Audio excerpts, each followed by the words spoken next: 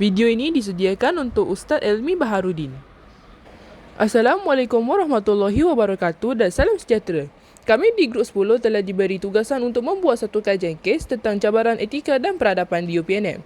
Jadi, kami telah menemu 3 orang pelajar untuk memberi pendapat mereka atas kes tersebut untuk mendapat idea yang jelas atas masalah etika dan peradaban di UPNM. Kami harap anda dapat menikmati video ini. Terima kasih. Assalamualaikum warahmatullahi wabarakatuh. Sila perkenalkan diri, nama, program yang awak sekarang dan umur awak. Nama saya Alia Bashisha dari PhD sekarang bukan saya Alia. Saya berumur 20 tahun. Saya daripada Fakulti Kejuruteraan. Saya mengambil program Bicara Sederhana Muda Kejuruteraan Awam. Okey. Saya sekarang nak tanya, apakah tahap kefahaman awak dalam etika dan peradaban dalam kehidupan seharian dan juga apakah yang awak rasa penting dalam etika dan peradaban?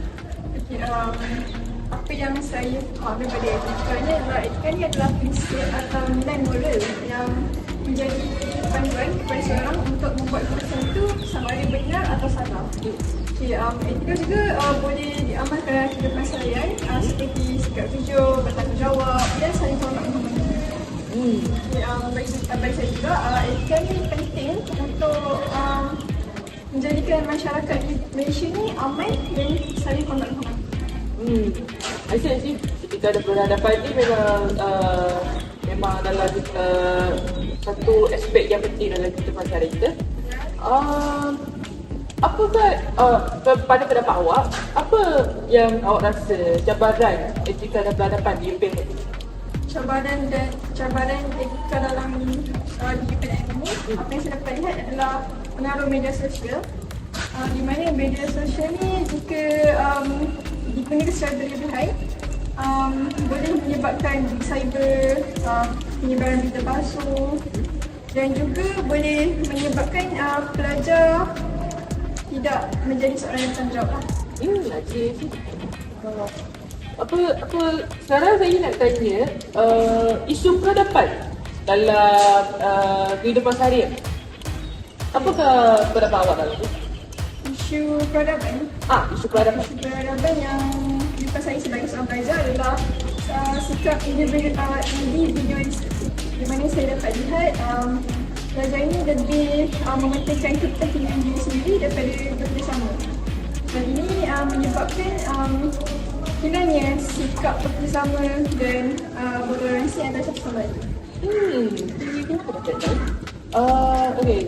Akhir kali saya nak tanya, apakah cadangan awak untuk menambahbaikkan suasana etika dan peradaban di UPNM? Okey, pada pendapat saya, langkah penambahbaikan yang dapat dilaksanakan di UPNM adalah pihak universiti mengajukan seminar atau konvensi yang dapat memupuk kesedaran etika dan integritas. Daripada program ini juga dapat meningkatkan pemahaman pelajar tentang kepentingan nilai moral dalam kehidupan seharian. Okey. Pendapat awak sangat menerima. Terima kasih. Harap kita jumpa lagi dalam masa depan. Hari ini saya akan menginterview seorang pelajar UPNM. Sebelum tu saya ingin dia memperkenalkan diri dan kursus. Assalamualaikum, saya Faisal Safia binti Muhammad Amram. Saya merupakan pelajar ijazah sarjana muda kejuruteraan awam dengan kepujian. Hari ini saya akan interview awak tentang tahap kefahaman dan tentang etika. Soalan saya, bagaimanakah kami mengaplikasikan nilai ataupun konsep etika dalam kehidupan seharian? Tapi saya akan bagi pilihan jawapan. Okey, yang pertama, menjaga tutur kata dalam orang sekeliling. Nombor 2 adalah mematuhi peraturan universiti. Lepas tu, dan yang ketiga adalah menghormati kepelbagaian kaum di universiti. Bagi saya akan memilih menjaga tutur kata dan tingkah laku dengan orang sekeliling. Boleh berikan sebab sikit? Sebab saya rasa kalau kita menjaga tutur kata dan tingkah laku, kita akan kelihatan sopan dan sangat berdisiplin di mata orang. Jadi kita akan senang untuk berkomunikasi dengan orang. Okay, soalan yang kedua pula, saya tanya, mengapakah etika dan keabadian ini sangat penting dalam kehidupan? Okay, so yang pertama adalah untuk membentuk sasial diri yang disiplin. Yang kedua adalah untuk meletakkan keharmonian. Dan yang ketiga adalah untuk melahirkan pemimpin pada masa depan yang lebih berintegriti. Saya rasa untuk memahami etika dan konsep keagamaan ni, kita kena membentuk diri daripada membentuk sasial diri lah, sebab semua ni bermula dengan individu. Jadi membentuk sasial diri tu akan meningkatkan lagi lah etika dalam kehidupan seharian. So, ia sama lah macam motor mesti kita kan. Okey, seterusnya saya nak tanya tentang cabaran etika dekat UPNM. Okey, soalan dia adalah apakah cabaran yang terbesar yang awak hadapi sebagai pelajar UPNM? Okey, pilihan yang pertama adalah tekanan akademik.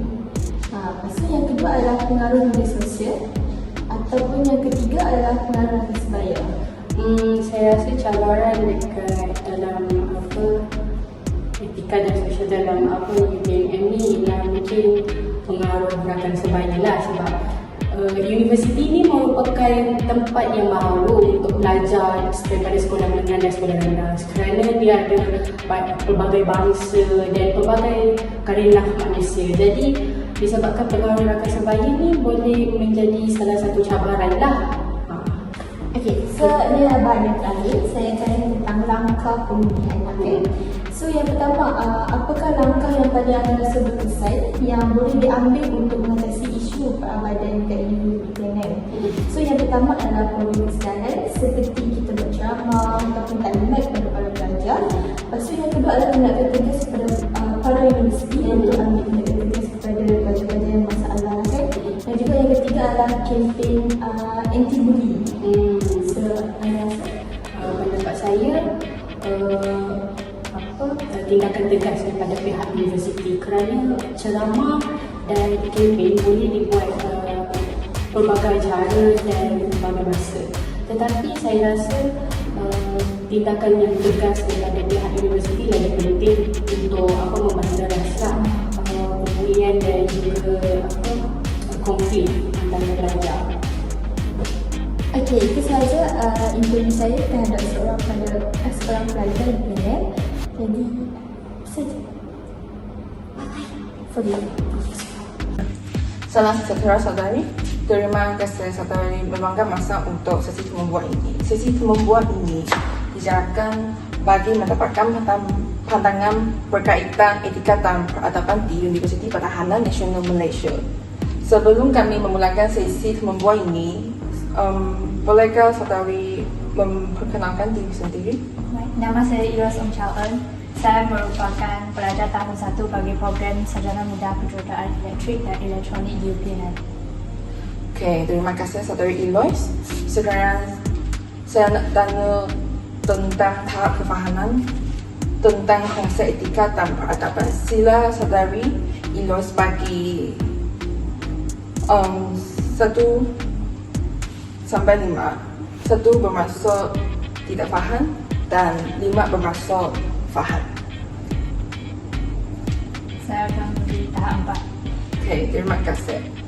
Dan sekarang saya akan bertanya tentang cabaran etika di UPNM.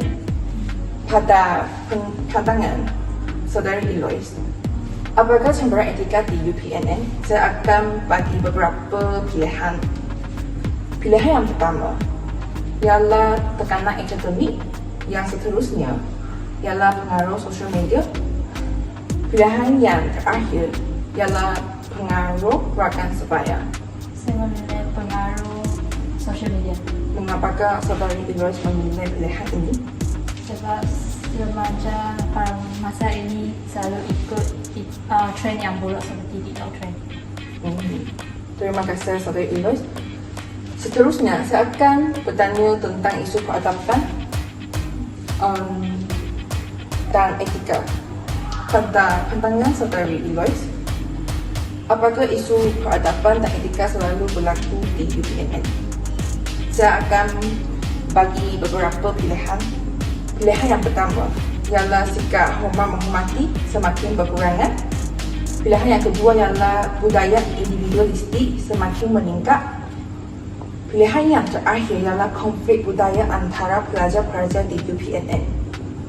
Saya pilih budaya individualistik semakin meningkat. Okey, terima kasih Saudari Eloise. Bahagian yang terakhir untuk sesi temu bual ini ialah langkah penambahbaikan. Pada pandangan Saudari Eloise, apakah langkah penambahbaikan yang paling efektif untuk mengatasi masalah ini? Saya akan bagi beberapa pilihan juga. Pilihan yang pertama ialah program kesedaran etika. Pilihan yang kedua ialah tindakan tugas. Pilihan yang terakhir ialah kempen anti-bully. Saya rasa tindakan tegas lebih efektif. Mengapakah Saudari Eloise memilihkan pilihan ini? Sebab tindakan tegas boleh terus memberikan kesan yang segera. Okey, terima kasih atas kerjasama Saudari Eloise.